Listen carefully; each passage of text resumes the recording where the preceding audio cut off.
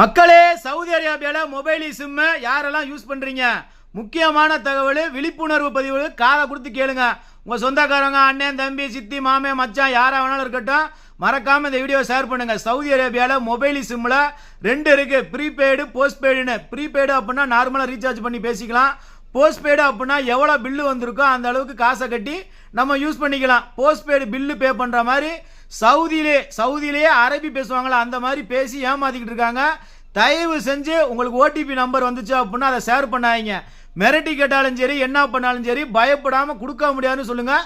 பக்கத்தில் mobile office இருந்துச்சுன்னா அங்கே போய் கம்ப்ளைண்ட் பண்ணிடுங்க. தெரியாமல் முழிச்சுக்கிட்டு யோசனை பண்ணிக்கிட்டு இருக்காங்க. தயவு செய்து ஓடிபியை ஷேர் பண்ணிடுறாங்க.